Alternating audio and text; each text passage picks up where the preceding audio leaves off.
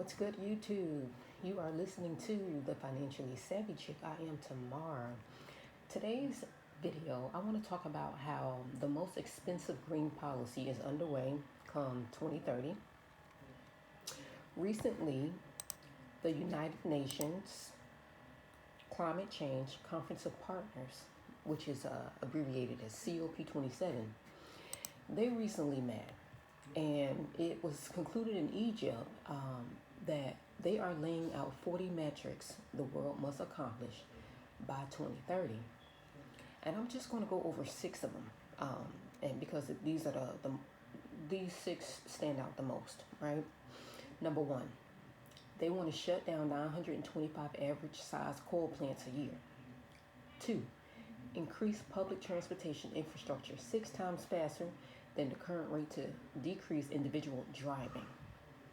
Three, lower CO2 from cement production 10 times faster than the current rate. Four, reduce the rate of deforestation 2.5 times faster. Five, shift to plant-based diets 5 times faster. The call for a drastic reduction in beef consumption per capita in developed nations. And number six, they want to phase out oil subsidies 5 times faster. The above policy directives are interesting for Directives 1 and 6, obviously because they feed into the World Economics Agenda, the WEF. They want to greatly increase reliance on inefficient, expensive green energy, a policy agenda that will cause energy prices around the world to soar into unaffordable price levels for many people and create a decision in many households between feeding one's family or heating and cooling one's home during winter and summer seasons.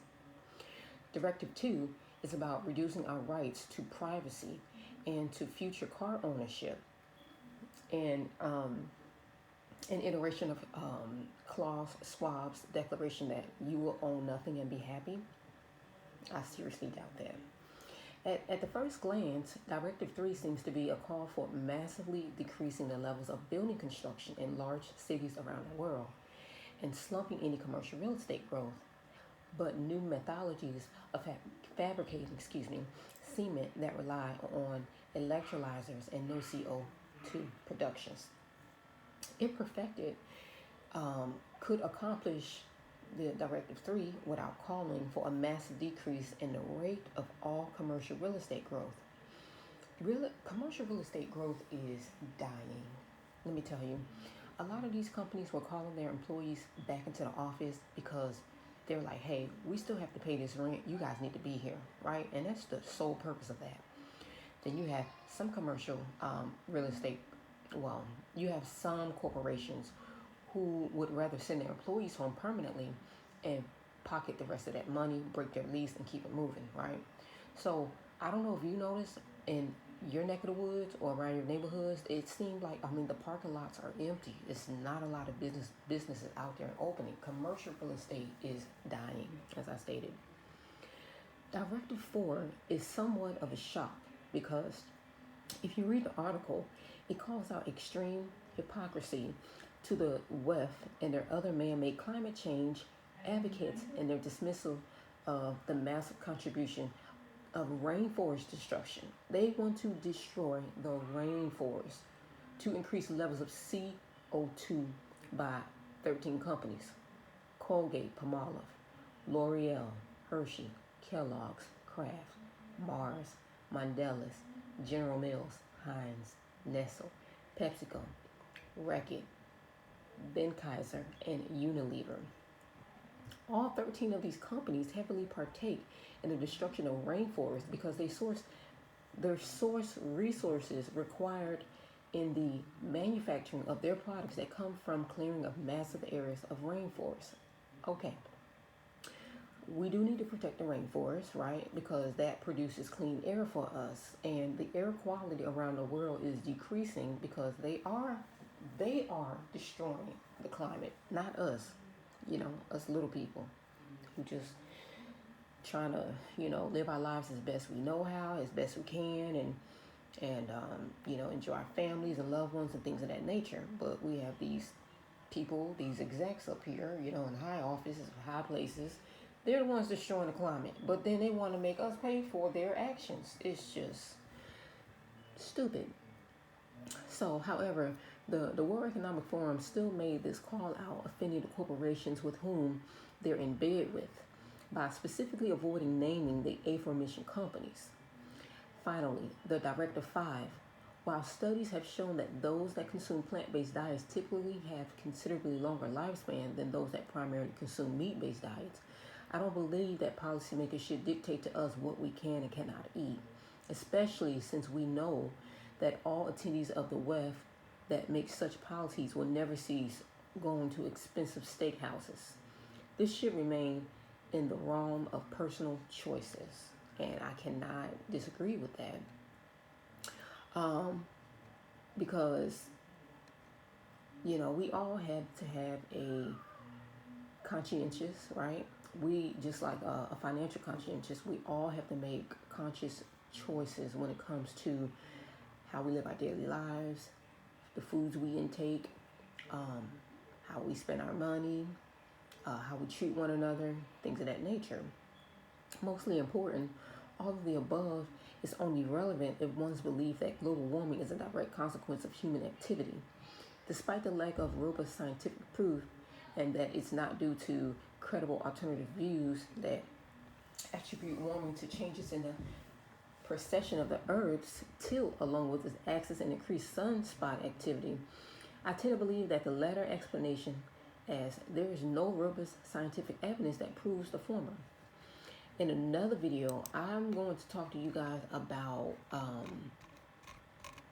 their idea of how they're going to carbon price us. Yeah, you heard me correctly. Finally, the most revealing of all policy calls above is the pertinent absence of a specific call, the call for the growth of the greenest energy source of all, nuclear energy. This is ridiculous. How can you push a green energy policy, but you want to increase nuclear energy? Nuclear, okay? Nuclear. All right, I'm gonna move on. If global warming were actually due to human activity-based CO2 emissions, which I do not believe it to be, then most efficient, best solutions would be to call for an explosive growth in nuclear energy as our major source of energy around the world. We've already discussed why many of the strongest objectors to nuclear energy are based upon outdated fears, especially given the advancement of technology in nuclear reactors today that have significantly reduced safety concerns. Thus, if you want to learn more about that topic, I suggest you do a little research outside of this video. Poland, instead of announcing a push to expand their nuclear energy sources, they're pushing ahead to expand a very expensive, extremely inefficient green energy like solar and wind. Having expanded their nation's reliance on these energies from 6.9% in 2010 to 16.9% as of 2021. And this war, not pure energy strategy, has led to energy costs in Poland soaring out of control by 20 to 40% this year. In response to the Polish government, they provided subsidies to utility companies if they do not hike prices by more than 40% in 2022. In other words, the leaders of all these nations have demonstrated a propensity to cut off their nose to spite their face instead of actually pursuing energy policy that would best enhance their citizens' quality of living. Furthermore, a push into extreme inefficiency and expensive green energy sources reveals the sinister nature of policymakers that seek to deliberately send our energy costs sky high. Again, I did say in the very beginning that this is the most expensive energy policy there is. There's all this talk when they get together about controlling inflation, bringing inflation down, causing more people to lose their job by increasing the unemployment rate to lower the inflation rate by 2%. And these are the words of the Fed. Okay, not my own words.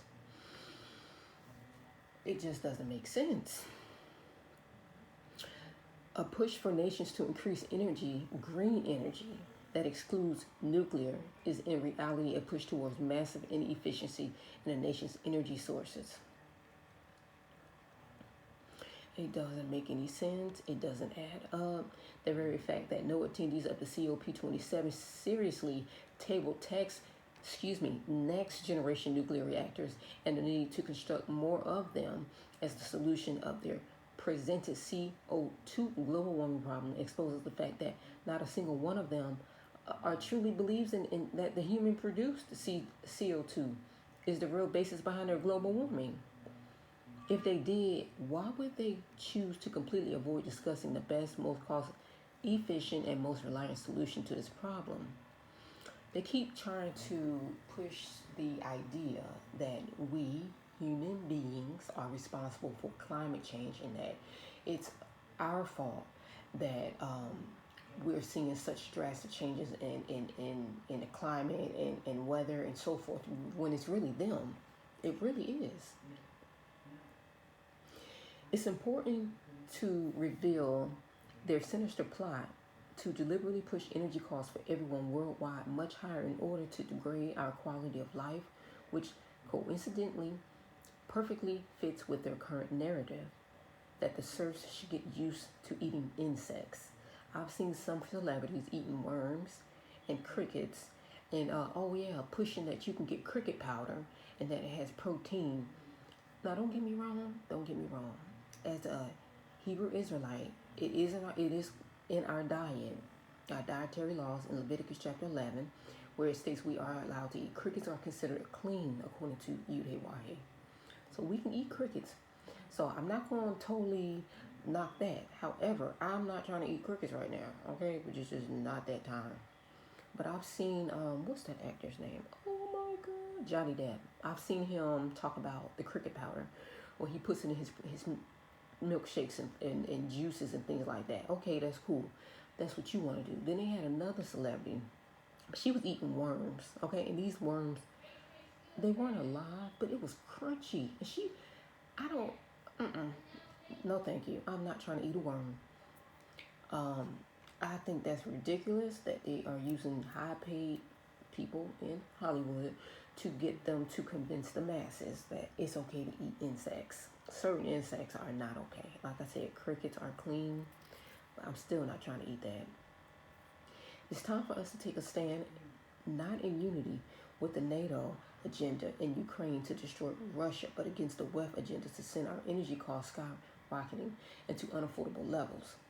You guys, people really, really, really need to stop asking the government for help. This is the biggest mistake we made when people start asking the government to get more involved in our everyday lives. They're so involved now that they got their hands in everything they can get in. Now they're trying to get into your house. I mean, they are in your house when you buy that smart technology stuff. The smart TVs, the smart refrigerators, the smart thermostats. I mean, they can cut your heating or cooling off if they feel you are overusing it. And now they want to issue ESG, carbon footprint system into your debit and credit cards connected with your bank, to watch how often you're purchasing things, how often you're traveling, and if you're buying too much of something, that they're going to flag you. Hey, why are you buying so much of this? Okay, what is it your business if I'm buying 5 boxes of toothpaste or 3 cases of water bottles? Why is it your business? You want me to just buy one? I mean, you guys really got to think. We need to push less government. We need to start taking back control over our communities, okay, our lives, and we need to just come together, sit down, figure things out, and come up with a solution and leave the government out of it. Because if you think about it, back in the day, we didn't really have all these problems. And now, it's out of hand. I mean, it really is out of hand.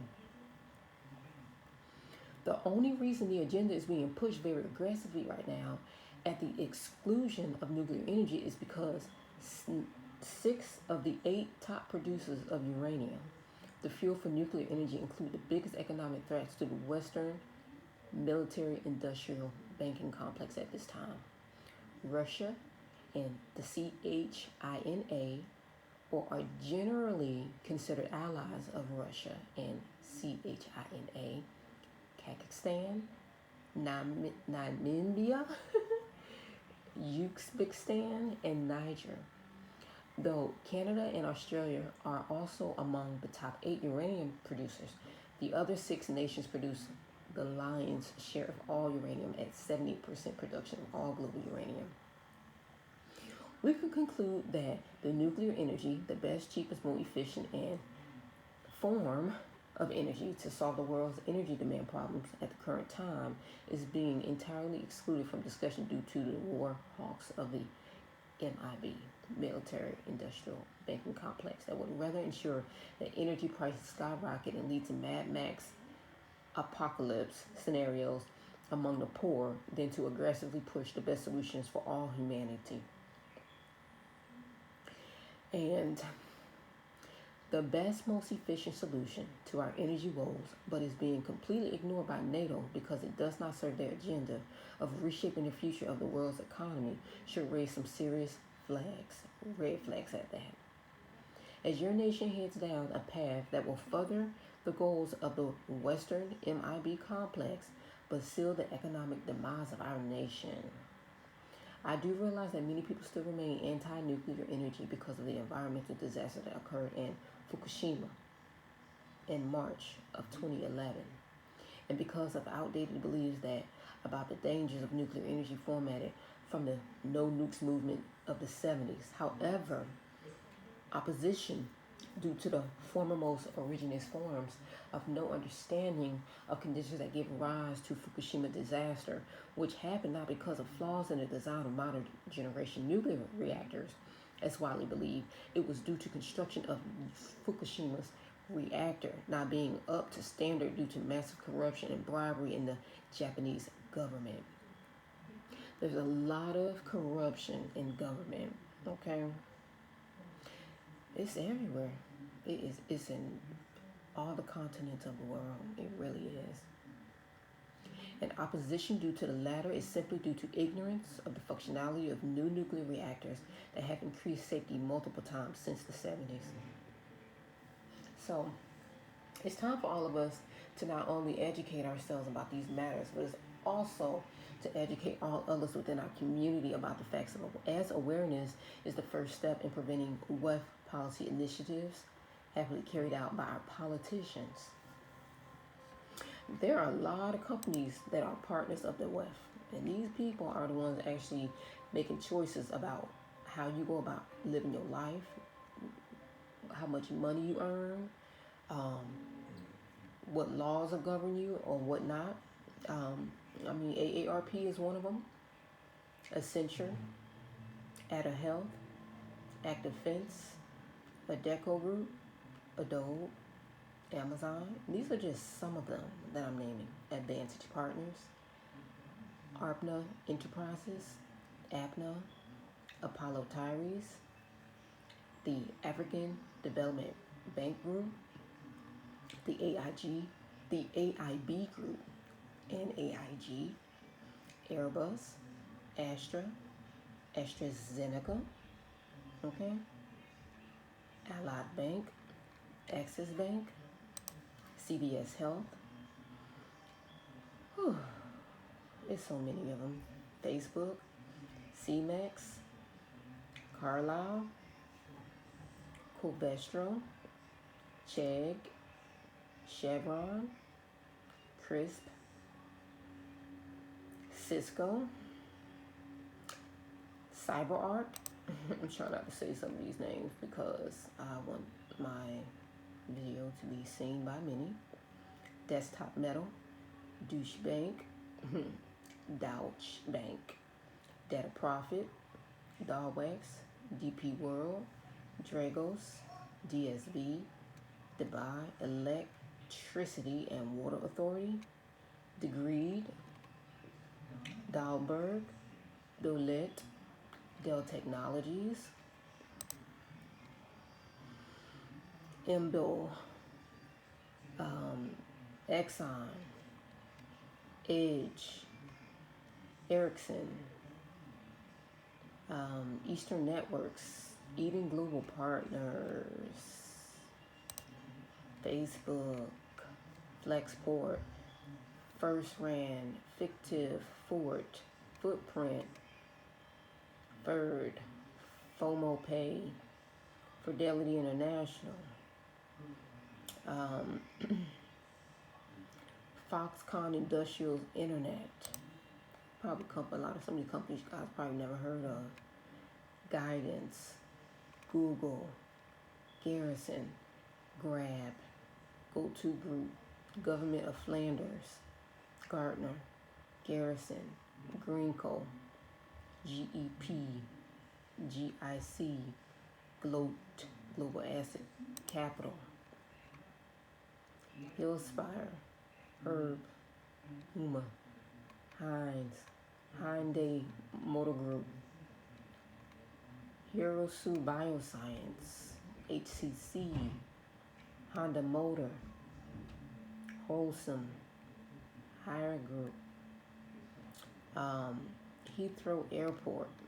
This is really sad. This is like every single company. Like this is a lot of companies that's partners with the World Economic Infosys,